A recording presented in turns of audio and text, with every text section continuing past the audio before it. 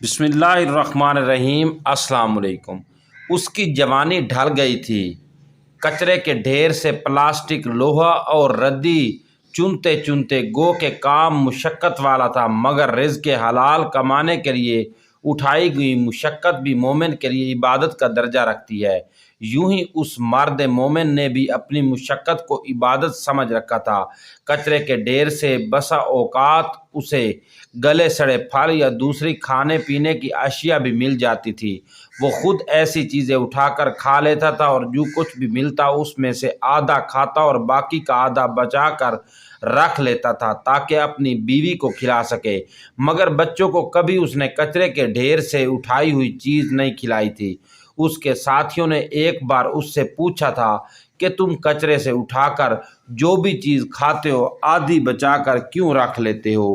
کیا بچوں کو دیتے ہو؟ اپنے ساتھی کا سوال سن کر وہ مسکرایا اور مسکراتے ہوئے جواب دیا کہ باقی کا آدھا بیگم کو دیتا ہوں، بچوں کو کچرے کے ڈھیر سے اٹھا کر نہیں کھلاتا۔ میرا خود سے عہد ہے کہ بچوں کو محنت سے کما کر کھلاؤں گا، گلا سڑا بچا کھچا اٹھا کر یا مانگ کر نہیں۔ اس کا جواب سن کر اس کے ساتھی نے مشورہ دیا کہ پھر جو کچھ بھی ملے خود پہلے نہ کھا لیا کرو، بلکہ جا کر بیگم کے ساتھ مل کر کھایا کرو۔ ساتھی کا مشورہ سن کر وہ ایک بار پھر مسکرایا اور مسکراتے ہوئے جواب دیا کہ بیگم کے ساتھ مل کر نہیں کھا سکتا، اور بیگم کے ساتھ مل کر نہ کھانے کی وجوہات یہ ہیں کہ میں ایک تو بیگم کے لیے اچھے ذائقے والا پھل یا چیز لے کر جاتا ہوں، دوسرا اس پھل یا چیز کا خراب حصہ میں کھا لیتا ہوں تاکہ میری بیگم کو نہ کھانا پڑے، تیسری اور سب سے بڑی وجہ یہ کہ میں اس لیے بھی ہر چیز پہلے کھا لیتا ہوں تاکہ کوئی زہریلی چیز نہ لگی ہو، اگر کچھ ایسا ویسا ہو تو میرا نقصان ہو جائے، میری بیوی بچ جائے۔ اپنے ساتھی کی باتیں سن کر دوسرے دوست حیران رہ گئے تھے۔ اس کا نام اختر شیر خان تھا۔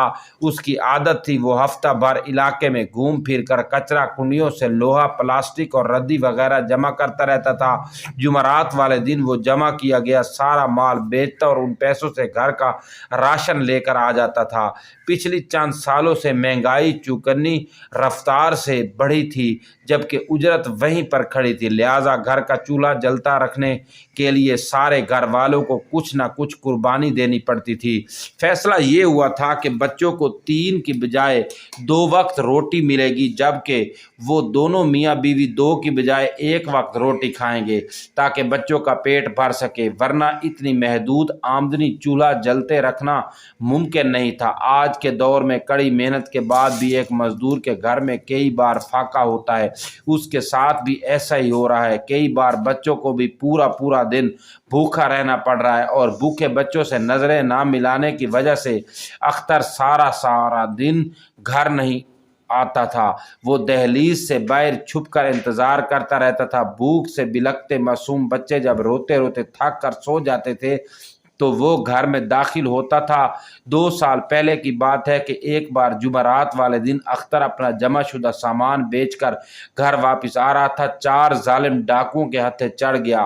ڈاکوؤں نے اس سے رقم چھیننا چاہی تو اس نے مزاحمت کی، کیونکہ اس کے ہتھیار سے زیادہ تکلیف بھوک سے بلکتی سلگتی اولاد کی آہوں اور سسکیوں کی تھی۔ اس کی مزاحمت کی وجہ سے ڈاکوؤں نے اسے جان سے مار کر اس کی جیب سے 450 روپے نکال لیے۔ پچھلے شاید 5 سالوں میں پہلی بار اس کی موت پر اس کے گھر والوں کو 3 ٹائم پیٹ بھر کر کھانا نصیب ہوا تھا، مگر اس کی موت کے بعد گھر میں ایک وقت کے لیے چولہا جلانا بھی ناممکن ہو گیا۔ گھر کی بڑی بیٹی نے ماں کے ساتھ مل کر گھر کی ضروریات پورا کرنے کے لیے محنت شروع کر دی، مگر جلد ہی ان کو اندازہ ہو گیا کہ شریف عورت کے لیے رزق کمانا اتنا آسان نہیں ہے، لہذا چل پھر کر رزق کمانے کی بجائے انہوں نے لوگوں کے گھروں میں کام شروع کر دیا۔ ان میں سے بھی ایک گھر کا مالک درندہ صفت نکلا۔ اس نے معصوم یتیم بچی کی عزت سے کھیلنا چاہا اور ناکام ہو جانے پر دونوں ماں بیٹی پر چوری کا الزام لگایا۔ اہل علاقہ اور چند دوسرے بھلے لوگوں کی وجہ سے ان کی جان پولیس سے چھوٹ گئی، مگر ان کا اعتبار کرنے کے لیے کوئی تیار نہیں تھا۔ یہاں تک کہ جوانی کی دہلیز پر قدم رکھتی یہ بچی 4 روز سے فاقے کی حالت میں رہنے کے بعد مر گئی۔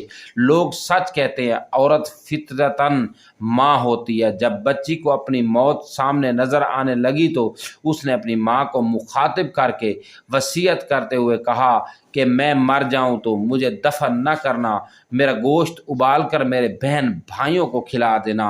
اختر کی موت کے بعد جب اس کی بیٹی کی موت پر بھی اس کے بچوں کو 3 وقت کے لیے پیٹ بھر کر کھانا نصیب ہوا تو معصوم بچے اپنی ماں اور اپنی بہن بھائیوں کے نام لے کر پوچھ رہے تھے کہ ماں اب فلاں مرے گا تو ہمیں ڈھیر سارا کھانا ملے گا، پھر فلاں مرے گا تو ہمیں ڈھیر سارا کھانا ملے گا۔ چند سال کی معصوم بچی نے باقیوں کی دیکھا دیکھی اپنی توتلی زبان سے کہا کہ دب میری ماں تو بھوت لدے دی تو میں مرداؤں دی تاکہ میری ماں روٹی کھا لے۔ جب میری ماں کو بھوک لگے گی تو میں مر جاؤں گی تاکہ میری ماں کو روٹی مل جائے۔ ماں اپنے بچوں کی باتیں سن کر دھاڑے مار مار کر رو پڑی تھی۔ اس کی آہیں یقیناً عرش تک پہنچ گئی ہوں گی، مگر آپ تک، مجھ تک، حکومتی ایوانوں اور نمائندوں تک نہیں پہنچی ہوں گی اور نہ ہی شاید کبھی پہنچیں گی۔ اگر دوستو آپ ہماری ویڈیو کو زیادہ سے زیادہ شیئر کریں گے تو میں یقین سے کہہ سکتا ہوں کہ ضرور حکومتی ایوانوں تک بھی پہنچ جائیں گی۔